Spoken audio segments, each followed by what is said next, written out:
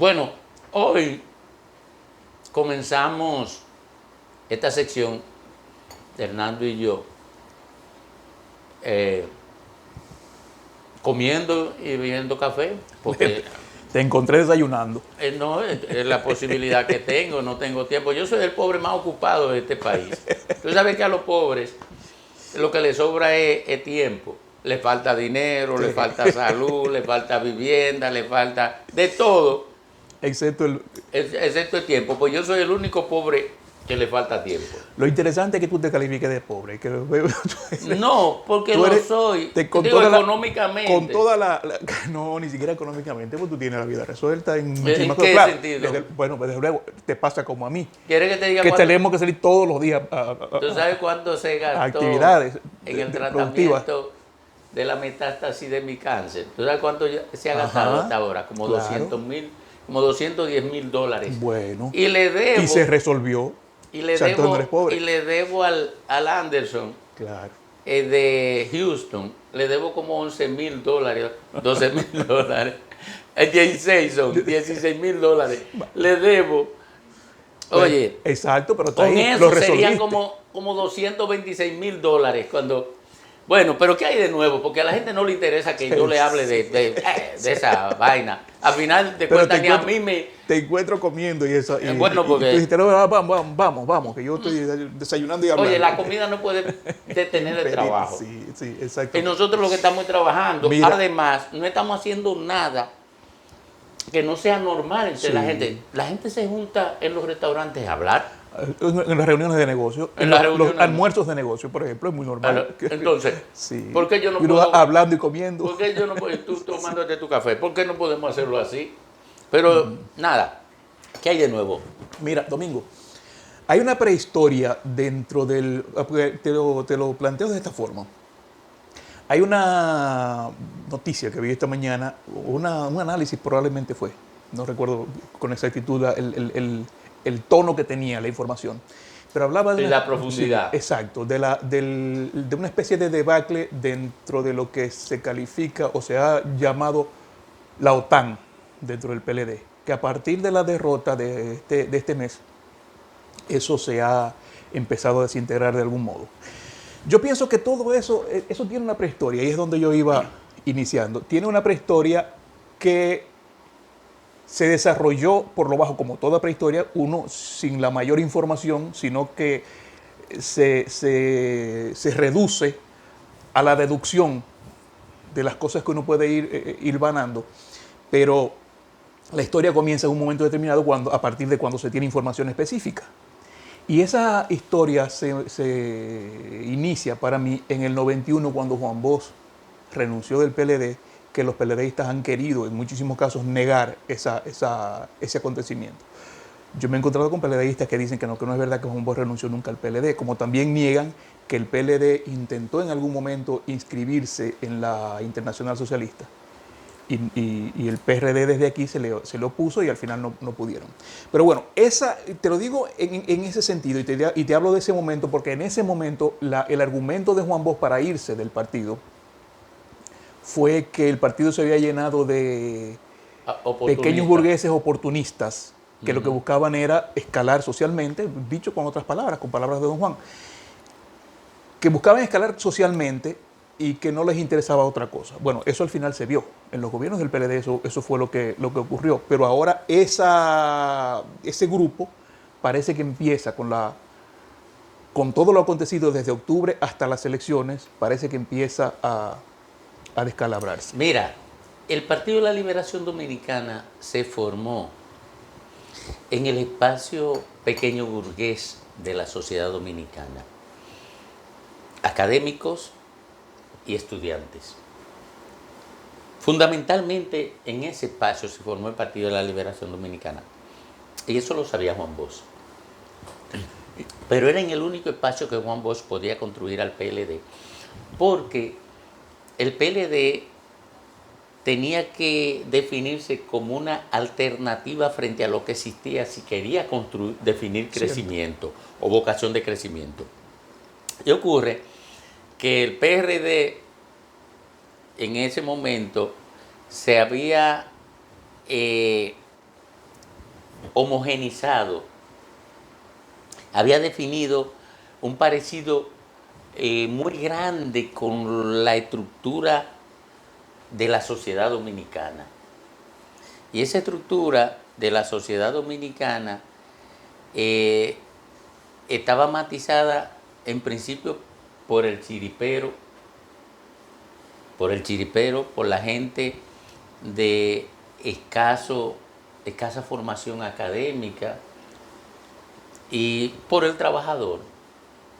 Bueno, entonces Juan Bosch muy hábilmente se refugió en la parte donde se cultivaba el pensamiento, por eso él formó el PLD definiendo como puerta de entrada a los círculos de estudio. De entrada ya estaba diciendo que la gente por lo menos tenía que estar alfabetizado. Sí. ¿Entiendes? Sí. Tenía que estar alfabetizado. Y definió el nicho donde iba a construir el PLD. Lo construyó, por eso tú veías que el Partido de la Liberación Dominicana tenía muchos profesores universitarios en su dirección. Y muchos intelectuales estudiantes. en general. Exacto. En términos generales. Entonces lo formó en el espacio del pequeño burgués. Ahora bien, ese pequeño burgués, Juan Bosch trató de modelarlo de tal suerte que fuera el componente básico de un partido con una articulación interna vinculada al marxismo y al leninismo, sobre todo al leninismo. Él decía que él era leninista, que él era marxista, no leninista. Exacto. Pero sobre todo la estructura del PLD era leninista, era de un partido de cuadro.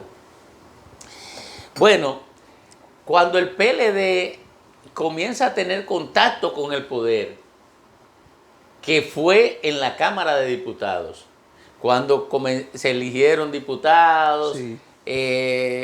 entraron y que le tocó contacto. una presidencia, inclusive las presidencias Sí, de en el Jorge Botello 90, y del con propio Danilo Medina. con Fueron Jorge presidentes los Botello. dos de la Entonces, cuando de la entra en Cámara. contacto con el poder, el Partido de la Liberación Dominicana no estaba preparado para resistirse a los vicios del poder y por tanto muchos se vieron subsumidos por los vicios del poder. Observa que los principales funcionarios del PLD salen de esa camada de dirigentes que primero pasó por la Cámara de Diputados como diputados. Sí. Míralo todo, mira. Felucho, Temo, Danilo Medina, Ligia Amada. Pero hay una condición en ese momento, recuérdate, había una condición y es que los candidatos a puestos electivos los escogía el propio partido. Bueno, Y además tenían que dar un aporte económico al partido de su salario. eso es verdad. En ese momento. Eso es Después verdad. de eso, cuando se masificó el partido, que fue una propuesta muy ¿cómo se llama? No fue una casualidad, fue una propuesta pensada, que decidieron cambiar las estructuras y hacerlo. No fue una necesidad. Sí, Fue convertir una un partido necesidad. de Mira masa. qué fue lo Exacto. que. Pero posiblemente ahí, Domingo, hubo un error. Fíjate, yo pienso, y en esto nos metemos en una contradicción un poco parecida a la de ayer, que en ese sentido don Juan tenía razón, porque es esa clase a la que don Juan buscó para formar su partido, la que al final crea los movimientos y las transformaciones en la sociedad. ¿Entiendes? Sí. La clase popular normalmente no crea esas transformaciones y eso es lo que buscaba don Juan. Bueno, sí, él procuraba transformar la sociedad. Eso era verdad. Ahora, ¿qué pasó con el PLD cuando decide abrirse? Bueno, que Leonel Fernández fue presidente del Partido de la Liberación Dominicana, fue presidente de la República saliendo del Partido de la Liberación Dominicana, pero a partir de un acuerdo con el Partido Reformista. Cuando el PLD pierde en el 2000, entiende que perdió en el 2000 porque era un partido de cuadro y no tenía una base social amplia que le permitiera durar en el poder más de 4 años. Dos cosas, muchos se frustraron, de los dirigentes del PLD se frustraron porque entraron al gobierno del 96 al 2000 en unas condiciones económicas y salieron peor porque descuidaron sus negocios. Hay gente que tenían una clínica, por ejemplo, y vivían muy bien como propietarios de esa clínica, fueron al gobierno, estuvieron en una posición se mantuvieron solamente apegados a su salario, y el salario era menor que lo que ganaban en la clínica, y cuando salieron del gobierno salieron frustrados y volvieron a la clínica, pero cuando volvieron en el 2004 vinieron a otra cosa. Con otra actitud. Con otro criterio sí, del ejercicio del poder. Bueno, pero lo que te quiero significar es que el PLD hizo una apertura después del 2000, cuando sale del poder, hizo una apertura que se asemejaba mucho a aquella expresión de un dirigente PRDista frente a la Liga Dominicana, a la Liga Municipal Dominicana, entrenó, sí, sin control. Bueno, y el PLD entonces hizo lo que hizo el PRD, homogenizó su base interna con la sociedad, reprodujo los mismos vicios de la sociedad, y luego cuando va al poder potencia los vicios de los políticos. ¿Cuáles eran los vicios de los políticos? Bueno, aprovecharse de los recursos del Estado, llevar el desorden al Estado, y entonces por eso el PLD termina convirtiéndose en un paradigma de corrupción ante la sociedad dominicana. Pero la génesis está ahí. En la masificación. En una masificación sin control. Entonces, ¿qué hizo el Partido de la Liberación Dominicana? Se convirtió en el Partido Reformista, pero potenciando, desarrollando al nivel máximo todos los vicios que tenía el Partido Reformista. Y el PLD es el Partido Reformista elevado como a las 150 potencias. Exacto. El chin de corrupción que había en los gobiernos reformistas, el PLD lo llevó a 150 veces.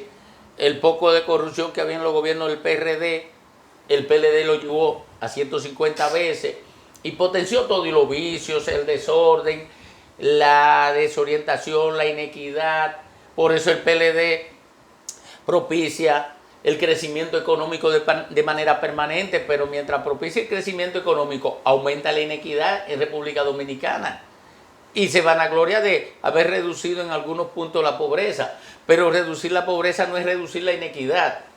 Los grandes ricos multiplicaron su fortuna por 10, mientras que los salarios se mantuvieron congelados de manera permanente, lo que implica que se ensanchó la inequidad, y eso era contrario a toda la filosofía que nos sedujo a nosotros para convertirnos en militantes o en dirigentes del Partido de la Liberación Dominicana. Y a cualquiera, no, a nosotros no. Tú no puedes incluirte ahí porque hay un elemento muy puntual, es que tú eras ya miembro del partido, ya tú estabas ahí. No, pero, ahora, pero había gente, hay gente que se mete, mira Domingo, hay gente que se mete en ese momento porque ahí es donde ve su posibilidad de crecimiento y de ¿cómo se llama? Y de escalamiento social. No, pero cuando digo que nos sedujo a nosotros, es que nos sedujo a nosotros en aquel momento, cuando Juan Bosch estaba organizando el Partido de la Liberación Dominicana.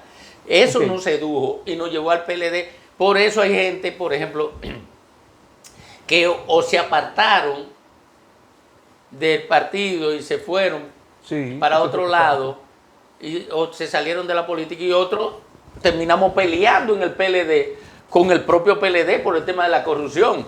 Y algunos nos convertimos en víctimas de las estructuras mafiosas que se adueñaron del control de la organización a través de las instituciones del Estado.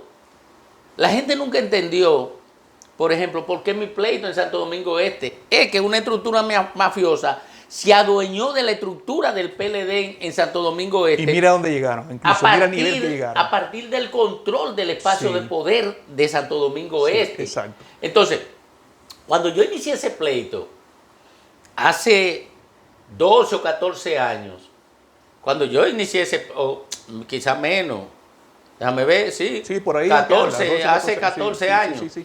Cuando yo inicié ese pleito, nadie suponía que el PLD iba a llegar a este punto, pero yo sí lo sabía.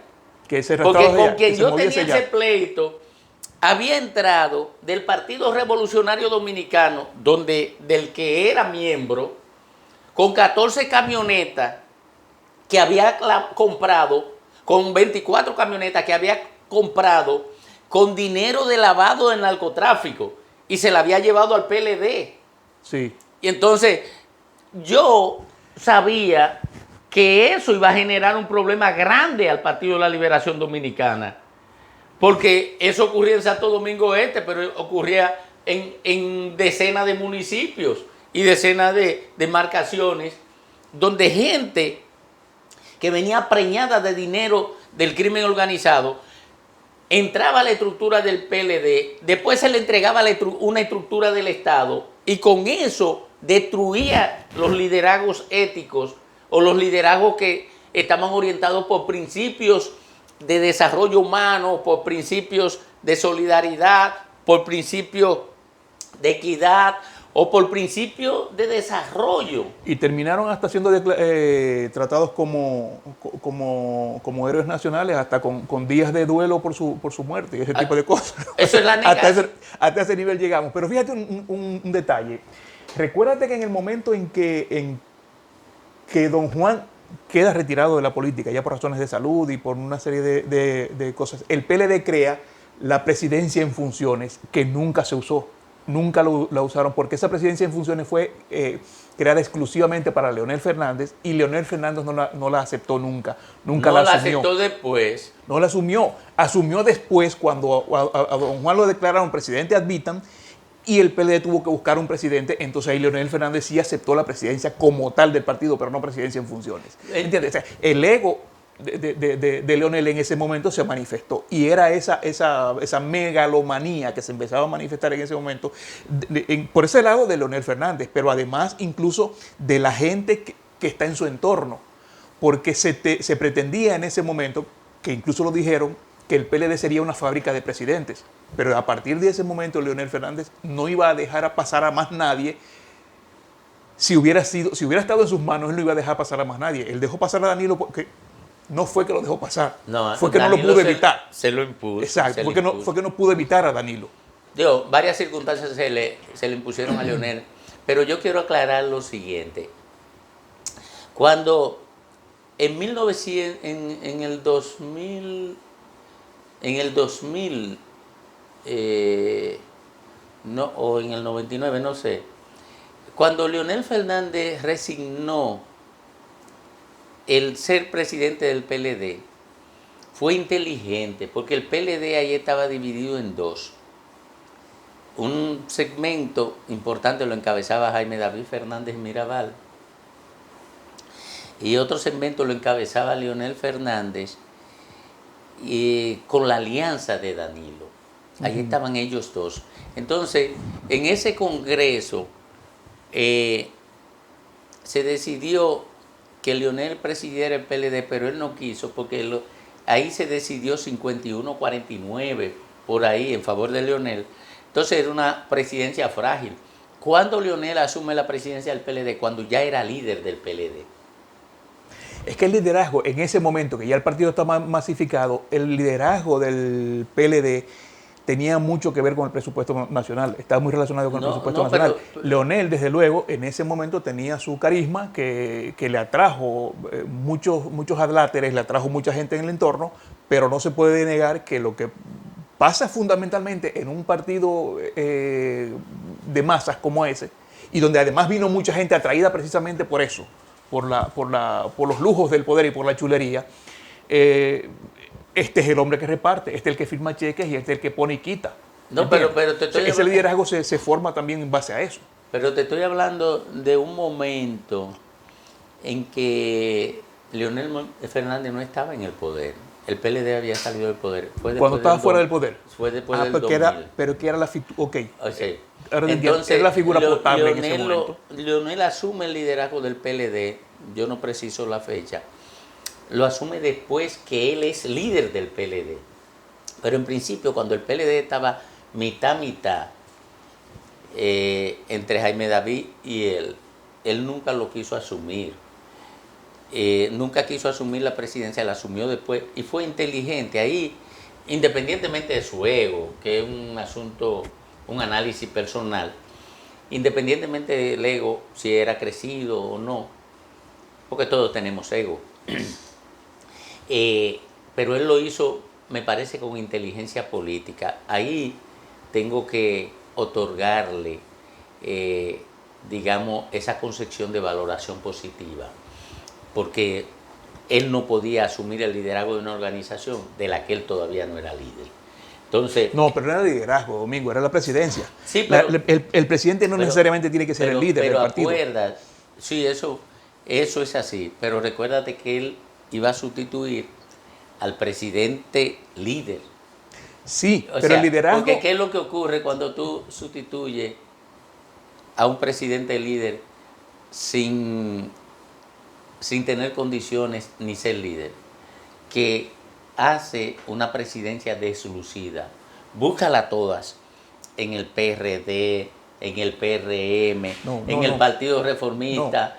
¿Cuáles son los que han asumido presidencia que no han sido deslucidas? Búscala.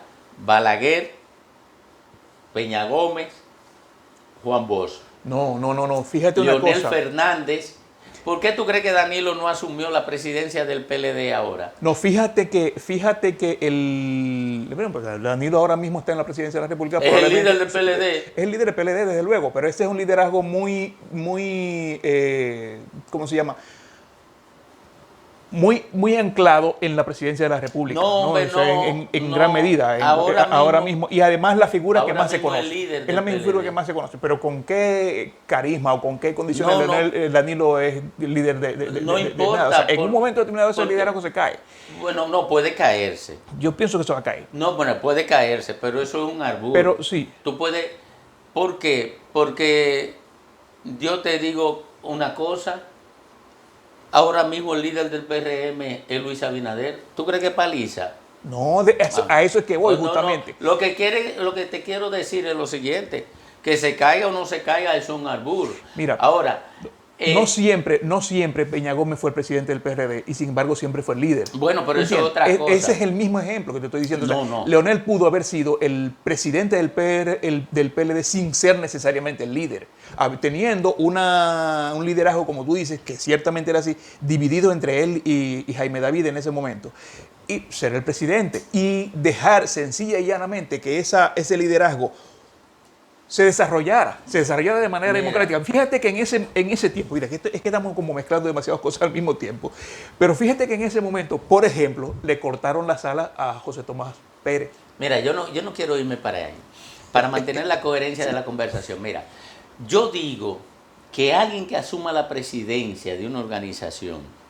para sustituir a un líder que es presidente líder, no es muy arriesgado asumir esa presidencia porque va a ser una presidencia deslucida, que quienes conspiren, quienes traten de sustituirlo, lo van a terminar debilitando. Por eso toda la presidencia que sustituyen a la presidencia líder, toda la presidencia solamente se sustituyen, es una regla en política, solamente la sustituye alguien que ya se haya convertido en líder. Por ejemplo, caso Peña Gómez, que es lo mismo que te estoy diciendo. Peña Gómez nunca ocupó la presidencia del PRD hasta que no era un líder consolidado. Oye, observa que Juan Bosch renuncia y se va del PLD. Peña Gómez no ocupa, siendo el que le sigue en el liderazgo. Es más, Peña Gómez encabezó la contradicción interna con Juan Bosch antes del 73 dentro del PRD, pero él no asumió el liderazgo. Eso mismo hizo Leonel Fernández. No lo asumió. ¿Por qué? Porque todavía no era un líder consolidado. ¿Cuándo lo asume Peña Gómez? Cuando es un líder consolidado. Eso mismo hizo Leonel Fernández. Lo asumió. Ahora, tú verás, Temo no es el líder del PLD, terminará siendo una presidencia deslucida. Tú verás, pero la de Temo tiene unas características, unos componentes muy particulares, incluso por el momento en que la asume, ¿no? Hay un cisma importante dentro del partido y además Temo viene de ser cuestionado no solamente por el hecho de haber estado implicado, de haber sido implicado en el expediente de Odebrecht, sino porque además en sus funciones como ejecutivo, como funcionario, valga esta redundancia, también fue cuestionado en términos de corrupción, ¿no? O sea, Temo tiene otras condiciones en este momento que además no lo hacen, digamos, el líder que pudiera llamar la atención. No. Pero fíjate una cosa, es que hay que distinguir, Domingo, entre lo que es la presidencia y lo que es el liderazgo. El liderazgo tiene altos e importantes componentes de emocionalidad. El liderazgo, al líder se le sigue incluso en gran medida por unas condiciones emocionales, la atracción del carisma de este líder. La diferencia con la presidencia es que es estrictamente ejecutivo. El presidente lo que tiene es una función ejecutiva, una función de, digamos, poner a funcionar toda la maquinaria del partido. Y no importa qué tan conocido o no y qué tanto te quiera o no la gente en ese sentido. Desde luego, en caso de partidos políticos, lo mejor es que te quieran, porque siendo un rechazado, pues la gente, eso tiene sus influencias, eso crea sus inconvenientes frente a la gente, en términos generales. Ahora, el presidente de un partido no necesariamente tiene que ser el líder porque su función es, como te dije, estrictamente ejecutiva. No tiene nada que ver con la atracción hacia ese partido. Por eso el presidente no siempre es el candidato. Mira, con frecuencia no lo es. Retomo el punto, porque el punto de la discusión es ¿por qué no asumió Leonel Fernández la presidencia del PLD cuando, después que el PLD se masificó, cuando el PLD se la presentó? Yo te decía, se la regaló. Yo te decía, es que él sabía que iba a sustituir a un presidente líder y por eso no la asumió, para que su presidencia no fuera deslucida. Y lo que querían, lo que lo contradecían, no lo golpearan y lo sacaran. Mira, te voy a mencionar un paquete de presidencias en distintos partidos políticos que no concluyeron el liderazgo porque no tenían el liderazgo. La presidencia de Ramón Albuquerque en el PRD, la de Kea Guerrero en el PRD, la de Secundino Gil Morales en el PRD cuando Juan Bosch se fue. Pero es que hicieron su función, Domingo. Pero yo no estoy hablando de las funciones. Te estoy eso, hablando. Pero es que de eso que se trata. La presidencia es funcional, es estrictamente ejecutiva. No, porque el tema no fue ese. El tema fue por qué no lo asumía Leonel Fernández, y yo estoy tratando de explicarlo. O sea, no la naturaleza de la presidencia, no es eso lo que yo estoy tratando de explicar.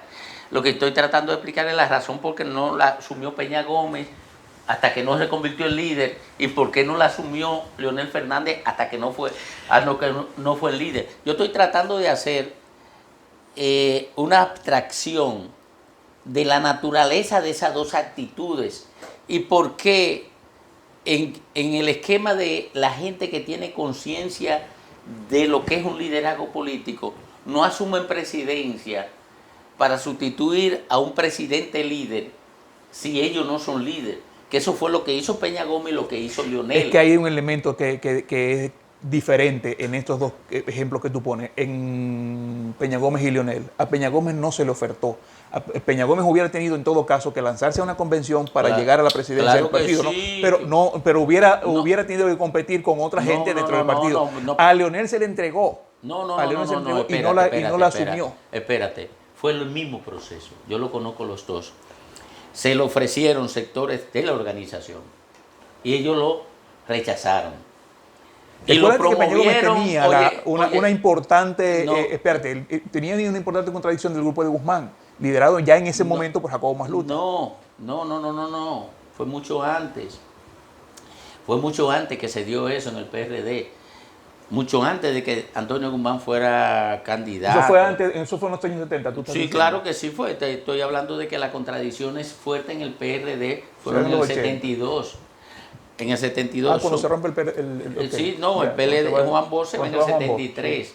Pero las contradicciones llegaron a su punto más álgido en el 72. Ahora, después que se va Juan Bosch, muchísimos dirigentes del PRD plantearon a Peña Gómez, igual que lo ocurrió con Leonel Fernández. Pero en ambos casos, reitero, los dos estaban con... Y por eso terminaron siendo líderes de organizaciones políticas, porque tenían el criterio básico para entender cuál era la coyuntura que lo llevaba.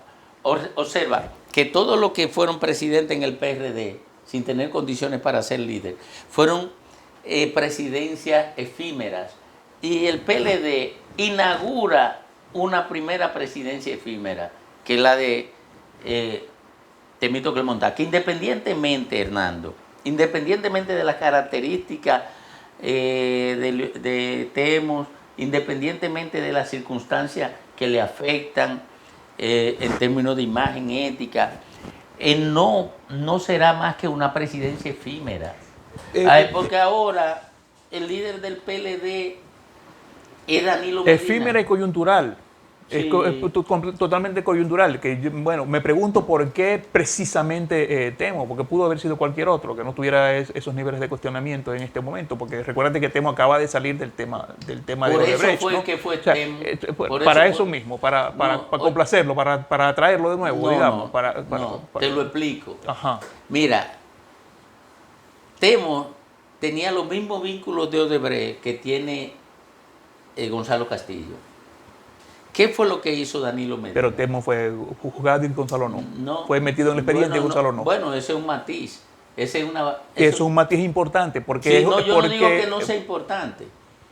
Claro, porque ya se dio a conocer. No, pero yo me sitúo en la lógica de Danilo, que todo ese movimiento lo hizo Danilo Medina. Claro.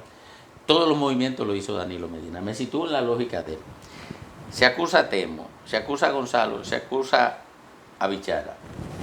¿Qué hace Danilo Medina? El candidato es Gonzalo. Mete a Temo como presidente del partido y a Bichara como jefe de campaña de Gonzalo. ¿Tú sabes para qué? Para decirle a la sociedad, no, eso no es cierto. Y por tanto nosotros no le tenemos miedo a esa impugnación. Eso es lo que dice Danilo, no es lo que estoy diciendo yo. Yo trato de hacer un análisis situado fuera. Yo no puedo decir ni que Gonzalo no está vinculado, ni que Bichara no está vinculado, ni que Temo no está vinculado. Yo estoy diciendo lo que con esas decisiones envía como mensaje Danilo Medina a la sociedad. Entonces eso cuestiona la condición y la calidad estratégica de Danilo, la calidad de gran estratega que se le ha endilgado, por una razón muy simple. La gente, en términos generales, estaba convencido de que esa gente que estamos mencionando estaba metida en el caso de Odebrecht, y que él, desde esa acera, desde la acera del PLD, quiere decir, no, ellos no están implicados. O sea, es muy cuesta arriba. Porque ¿quién eres tú para decir que no están implicados si toda la sociedad lo sabe? Además de que la justicia misma los está llamando, o por lo menos está llamando a uno de ellos. O sea, ¿quién eres tú para decirme a mí que no están implicados? Eso es lo que tú crees que no. Además, no solamente lo que tú crees, sino lo que tú me quieres hacer creer a mí, que no lo están. ¿Tú entiendes? Entonces, esa condición de estratega de Danilo, ahí me resulta bastante cuestionable. Bueno, señores, terminamos por hoy. Volveremos con otro conversatorio aquí en Corriente y Contracorriente.